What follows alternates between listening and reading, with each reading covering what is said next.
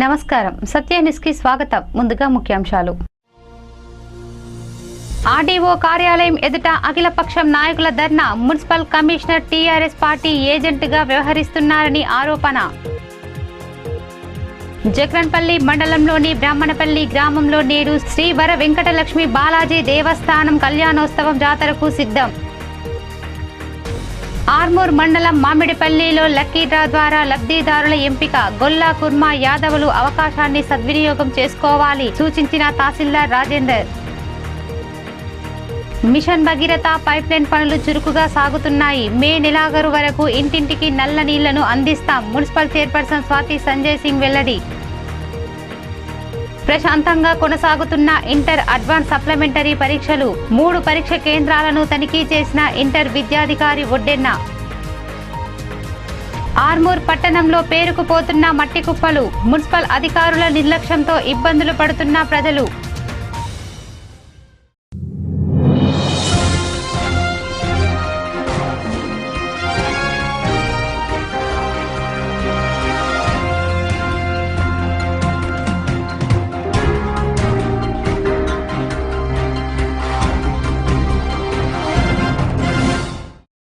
Armoor road భవనాల శాఖ అతిథి గృహం నుండి ఆర్డీఓ కార్యాలయం వరకు అఖిలపక్షం నాయకులు ర్యాలీ నిర్వహించి ధర్నా నిర్వహించారు.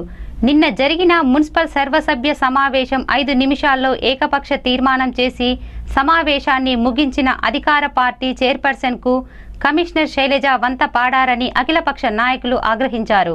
రాష్ట్ర ప్రభుత్వం వార్డులలో వసతుల కోసం మంజూరు చేసిన నిధులను అన్ని వార్డులకు సమానంగా ఇవ్వాలని డిమాండ్ చేస్తూ అఖిలపక్ష నాయకులు ఆర్మూర్ ఆర్డీఓ కార్యాలయం ఎదుట ధర్నా నిర్వహించారు. ప్రభుత్వానికి ఎమ్మెల్యే జీవన్ రెడ్డి, జిల్లా కలెక్టర్ కు వ్యతిరేకంగా నినాదాలు చేశారు. అనంతరం ఆర్డీఓ కార్యాలయం సిబ్బందికి వినతి పత్రాన్ని అందజేశారు. ఈ సందర్భంగా అఖిలపక్ష నాయకులు మాట్లాడుతూ వార్డుల బాగు కోసం ప్రభుత్వం 6 కోట్లు మంజూరు చేసిన నిధులను మున్సిపల్ అధికార పార్టీకి చెందిన కౌన్సిలర్ల వార్డులకు కేటాయించి ప్రతిపక్ష పార్టీల కౌన్సిలర్లు ప్రాతినిధ్యం వహిస్తున్న వార్డులకు కేటాయించకపోవటం అధికార పార్టీ అహంకారానికి నిదర్శనమని ఆరోపించారు. ప్రతిపక్ష పార్టీల కౌన్సిలర్లు ప్రాతినిధ్యం వహిస్తున్న వార్డుల ప్రజలు చైర్పర్సన్లకు ఓట్లు వేయలేదా అని ప్రశ్నించారు. రానున్న రోజుల్లో ప్రజలు టీఆర్ఎస్ ప్రజా ప్రతినిధులకు ప్రభుత్వానికి తగిన గుణపాఠం చెబుతారని అన్నారు. ఈ కార్యక్రమంలో బీజేపీ జిల్లా అధ్యక్షులు పల్లె గంగారెడ్డి, నాయకులు భూపత్ రెడ్డి, త్యాగ ఉదయ్, సిపిఎం వెంకటేష్, టీడీపీ నాయకులు రాజారాం యాదవ్, జీవి నరసింహారెడ్డి, కాంగ్రెస్ నాయకులు చక్రు,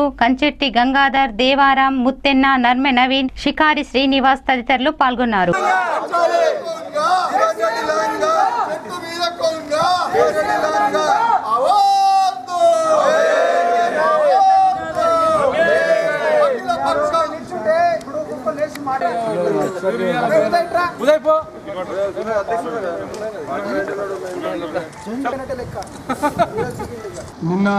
మొన్న జరిగినటువంటి కేటాయింపుల విషయంలోనే కాదు, గతంలో కూడా ఇదే విధమైనటువంటి విధానాన్ని కొనసాగిస్తే ఇక్కడ ఉన్నటువంటి బీజేపీ ఫ్లోర్ లీడర్ కానీ, తెలుగుదేశం ఫ్లోర్ లీడర్ కానీ, కాంగ్రెస్ ఫ్లోర్ లీడర్ కానీ గతంలో ఒకసారి కలెక్టర్ని కలవడం జరిగింది. దాదాపు 2 సంవత్సరాల క్రితమే ఒకసారి కలెక్టర్గా కలిసినప్పుడు అప్పుడు కలెక్టర్ గారు తప్పకుండా ఈ విషయంలో నేను న్యాయం చేస్తాను, చూస్తానని చెప్పిండ్రు. కానీ ఎక్కడ కూడా మళ్ళీ స్పందించలేదు. ఈ పాలకవర్గం చేస్తున్నటువంటి అక్రమాల్ని, పాలకవర్గం చేస్తున్నటువంటి ఏకపక్ష నిర్ణయాల్ని ఆమె ఏ విధమైనటువంటి చర్యలు కూడా తీసుకోలేదు. ఆ విధంగా ఆమె స్పందించకపోవడం వల్ల ఒక ప్రభుత్వ అధికారి, ప్రజలకు న్యాయం చేసినటువంటి అధికారి ఒక పార్టీ నాయకులకు, ఒక పార్టీకి అనుకూలంగా వివరించడం ఎంతవరకు సమంజసమని చెప్పేసి నేను కలెక్టర్ గారిని ప్రశ్నిస్తా ఉన్నాను. దాన్ని ఉద్దేశించే నిన్న అఖిలపక్ష నాయకులం అందరం కూడా మున్సిపల్ ముట్టడి చేయడం జరిగింది. అదేవిధంగా నిన్న అందరం కూడా అఖిలపక్షం నాయకులం మరి ఆ తీర్మానాన్ని రద్దు చేసేంత వరకు కూడా మేమందరం కలిసి పోరాడతాం. రోజు కూడా ఈ ప్రభుత్వం మీద ఒత్తిడి తీసుకొస్తాం. ప్రజలకు ఈ అఖిలపక్షాల తరఫున మరి నిధుల విషయం, మరి రాష్ట్ర ప్రభుత్వం చేస్తున్న అక్రమాల విషయం మరి ఎండగట్టడానికి ఈరోజు ఆర్మూర్కు నిజవర్గం చెందిన అఖిలపక్ష నాయకులు ఈరోజు ఇక్కడ భేటైనాం. వార్డులలో సమానంగా నిధులు కేటాయిస్తాం అన్న వరకు మీరు పన్నులు కానీ ఏమైనా తీసుకుంటే మాత్రం డిఫరెంట్ అధికారులను మాత్రం నిర్బంధిస్తాం. మళ్ళీ ముఖ్యంగా ఇంకోటి ఏంటంటే ఇక్కడ ఏదైనా అధికారి దగ్గరికి వెళ్తే వాళ్ళు టీఆర్ఎస్ నుంచి మీరు మాట్లాడుకోండి, మీరు ఎమ్మెల్యే గారిని గెలండి, మీరు ఎంపీని గెలండి అంటారు. అధికారులు మీకు ఇస్తున్నది జీతము టీఆర్ఎస్ పార్టీ కాదు, ప్రజలు ఇస్తున్నారు, ప్రజలు పన్ను రూపాయలు వచ్చేదానికి ఇస్తున్నారు.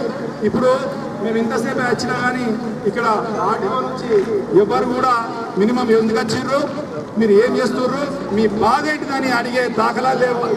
ఆర్టీఓ ఆఫీస్ మేము చేసినామంటారు, మీరు ఓడి కోసం చేసిండ్రు.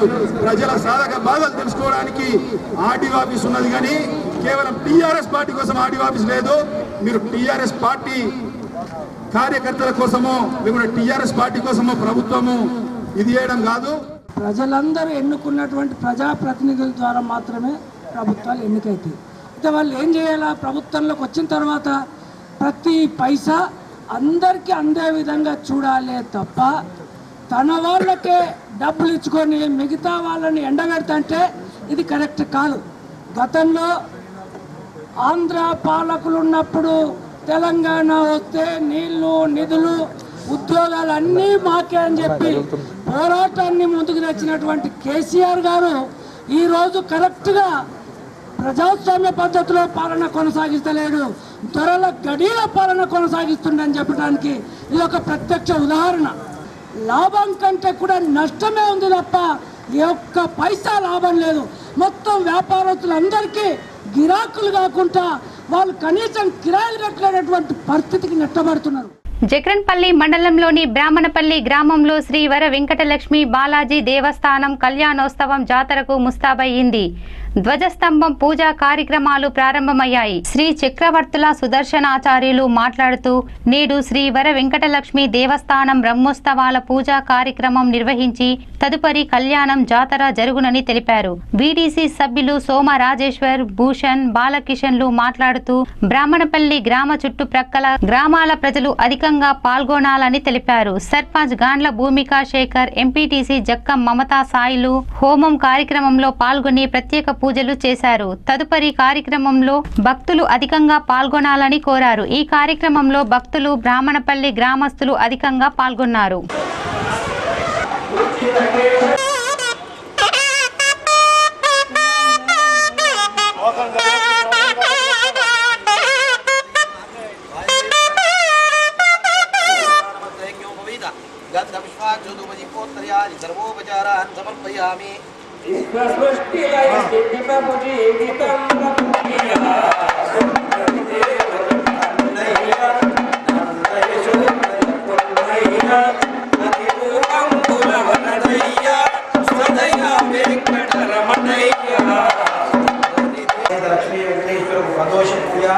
సాయంకాల అర్చన, హవన కార్యక్రమం, భారతీ మంత్రపుష్పం, తీర్థ ప్రసాదం.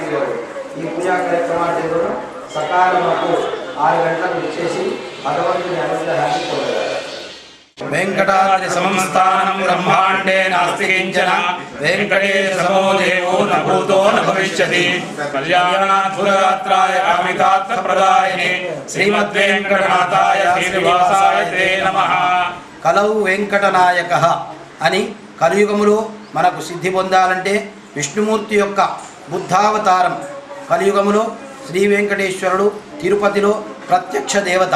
తిరుపతిలో ఉన్నటువంటి వెంకటేశ్వరుని యొక్క దేవాలయము గరుత్మంతుడు వైకుంఠము నుండి తీసుకుని వచ్చి స్థాపించడం జరిగింది. కాబట్టి 33 కోట్ల దేవతలు వెంకటేశ్వరుడిలో లీనమై ఉన్నారు. కాబట్టి వెంకటేశ్వరుని ఎవరు పూజించినా తక్షణమే కార్యసిద్ధి పొంది వ్యాపారము, విద్యాభివృద్ధి, సంతానము, వివాహము ఏది కోరుకుంటే అది లేదు అనకుండా తక్షణమే ఇచ్చేటువంటి మహా దేవదేవుడు లక్ష్మీ వెంకటేశ్వర స్వామి ప్రత్యక్ష దైవం. కలియుగములో మనం ఏ దేవతలను పూజించినా కార్యసిద్ధి కాకున్నా వెంకటేశ్వరుడితో మాత్రం తప్పకుండా అటువంటి కార్యక్రమాలు నెరవేరుతాయి.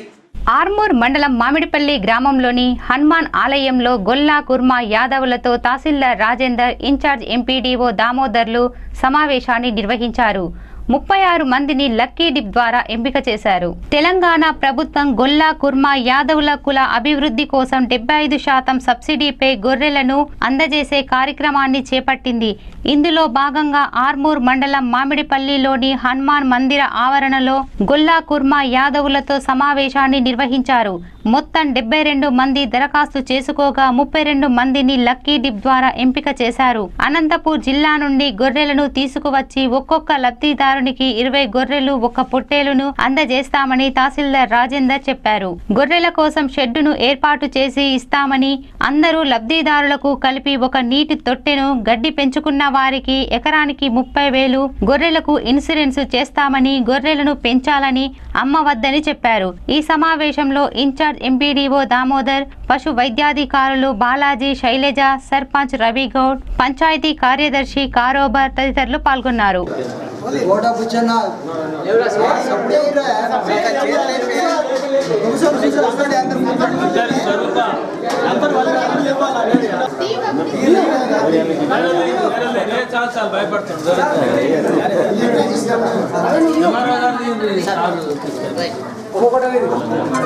అక్కు నవీన్ యాదవ్ తండ్రి సాయన్న వార్డ్ మెంబర్ పంచుకుంది సర్పంచ్ సాబ్ చెప్పే ఉంటారు. మీకు గొర్రెలు ఎన్ని ఇస్తామంటే 20 గొర్రెలు, 20 ఆడి గొర్రెలు, 1 మగ గొర్రె, పోతు పోతు పోతు రైట్ పొటేల్ అండి పొటేల్. దీనికి సంబంధించి మొత్తం దీని యూనిట్ వాల్యూ ఎంత 1,55,000 రూపాయలు. దాంట్లోకి వెళ్ళి 25% అంటే 31,250 రూపాయలు గవర్నమెంట్ కడుతుంది. 90 సొంత జాగాలు ఉండి తోటలు ఉండి మేము ఇంత గడ్డి పెంచుకుంటామంటే 30,000 రూపాయలు ఈజీఎస్ కింద శాంక్షన్ కావాల్సి ఉంటుంది. కాబట్టి మీ వ్యక్తిగత భూముల వివరాలు దరఖాస్తు చేసి నాకు ఇక్కడ భూమి ఉంది ఫలానా జాగాల నేను పెంచుకుంటా అంటే మన సెక్రటరీ గారికి కానీ ఈజీఎస్ స్టాఫ్ ఉన్నారు. చెట్టు కూడా పూర్తిగా ప్రభుత్వమే వేపిస్తుంది ఈజీఎస్ ద్వారా. కాబట్టి మీకున్న జాగా పొదికొట్టమా, తోటలు లేపిస్తారా, పొదికొట్టాలా లేపిస్తారా, ఇంకేదైనా ఖాళీ ప్లాట్లు లేపిస్తారా, అయ్యా నాకు ఫలానా జాగాల ఖాళీ స్థలం ఉంది, నేను మేకలు పెంచుకుంటాం కాబట్టి షెడ్ నాకు అవసరం ఉంది కాబట్టి నేను శాంక్షన్ చేయండి అని ఒక దరఖాస్తు రాసేయండి తెల్ల కాగితం మీద. అది ఇచ్చేసి అది కూడా కారోబార్ సార్కి ఇస్తే అది అయిపోతుంది. గొల్లా కుర్మా వాళ్ళకు గుర్తించి మరి ఒక 70 మంది రావడం జరిగింది. వాటిలో 36 మెంబర్లకు ఈరోజు డ్రా చేయడం జరిగింది. మిగతాయి కూడా వచ్చే సంవత్సరం 36 మందికి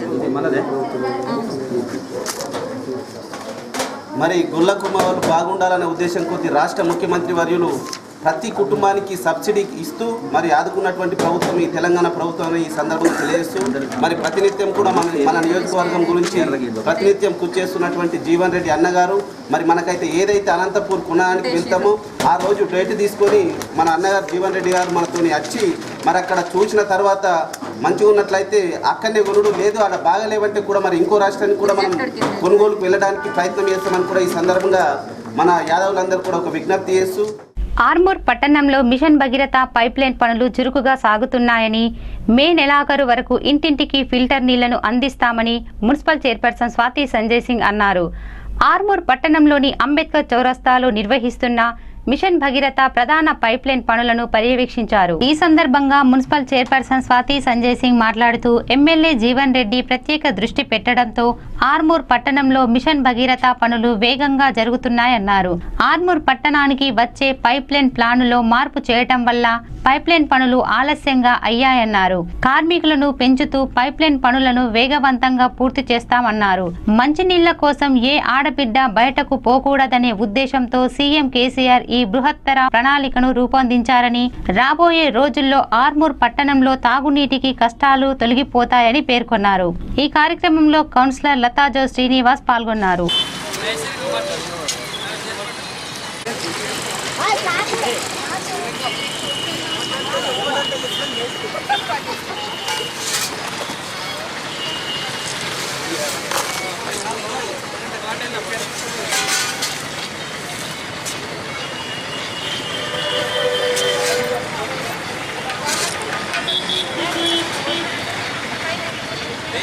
పట్టణానికి ఆర్మూరు పట్టణ ప్రజల కోసము వారి దాహాన్ని తీర్చడానికి మన గత పాలకులు చేసిన తప్పు కోసం ఈరోజు మా ఎమ్మెల్యే జీవన్ రెడ్డి గారు ప్రత్యేక దృష్టి పెట్టి ఆర్మూరు పట్టణానికి మంచినీళ్ళ స్కీమ్ని మరి ఇంత తొందరలో కంప్లీట్ చేస్తారనుకోవడం నిజంగా ఇది చాలా గణనీయమైన విశేషము.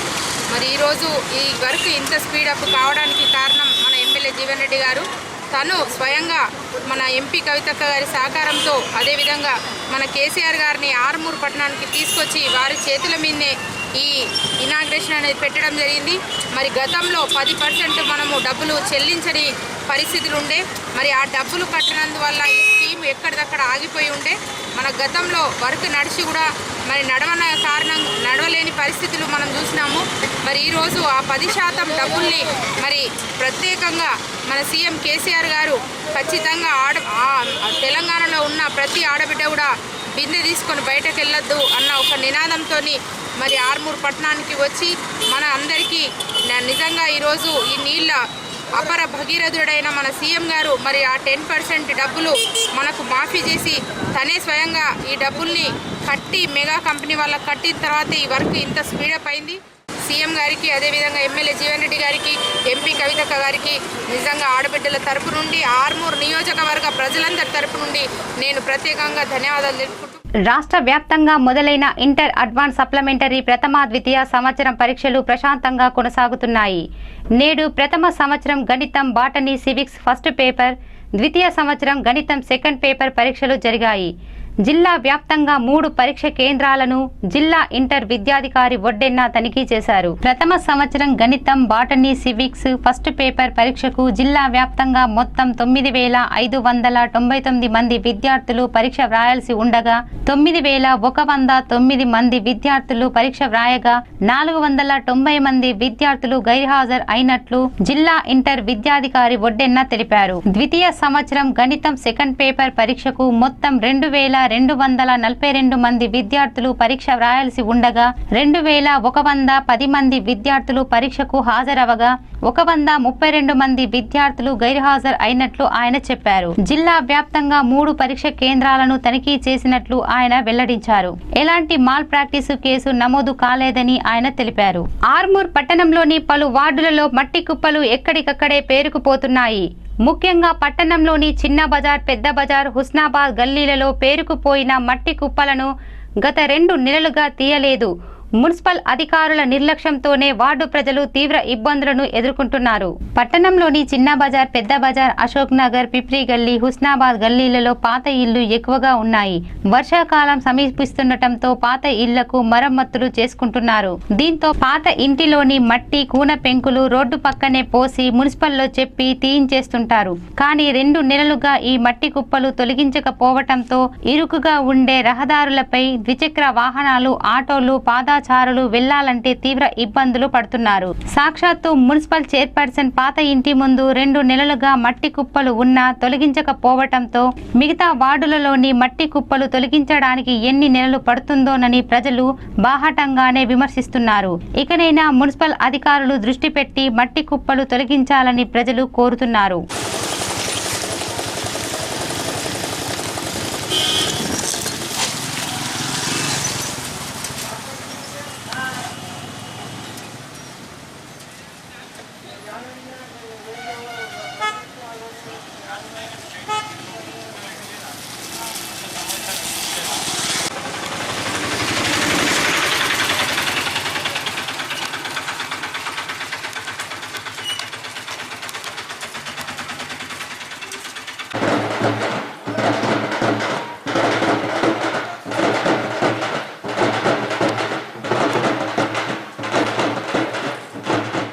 వార్తలు ముగించే ముందు ముఖ్యాంశాలు మరోసారి.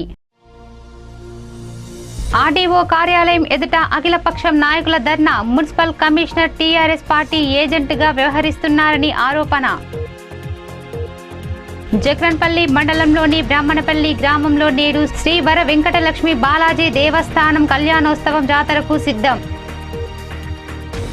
ఆర్మూర్ మండలం మామిడిపల్లిలో లక్కీ డ్రా ద్వారా లబ్ధిదారుల ఎంపిక. గొల్లా కుర్మా యాదవులు అవకాశాన్ని సద్వినియోగం చేసుకోవాలి సూచించిన తహసీల్దార్ రాజేందర్. మిషన్ భగీరథ పైప్లైన్ పనులు చురుకుగా సాగుతున్నాయి. మే నెలాఖరు వరకు ఇంటింటికి నల్ల నీళ్లను అందిస్తాం. మున్సిపల్ చైర్పర్సన్ స్వాతి సంజయ్ సింగ్ వెల్లడి. ప్రశాంతంగా కొనసాగుతున్న ఇంటర్ అడ్వాన్స్ సప్లిమెంటరీ పరీక్షలు 3 పరీక్ష కేంద్రాలను తనిఖీ చేసిన ఇంటర్ విద్యాధికారి ఒడ్డెన్న. ఆర్మూర్ పట్టణంలో పేరుకుపోతున్న మట్టి కుప్పలు, మున్సిపల్ అధికారుల నిర్లక్ష్యంతో ఇబ్బందులు పడుతున్న ప్రజలు. ఈ వార్తలు ఇంతటితో సమాప్తం. తిరిగి రేపటి వార్తల్లో మళ్ళీ కలుద్దాం. అంతవరకు సెలవు. నమస్కారం.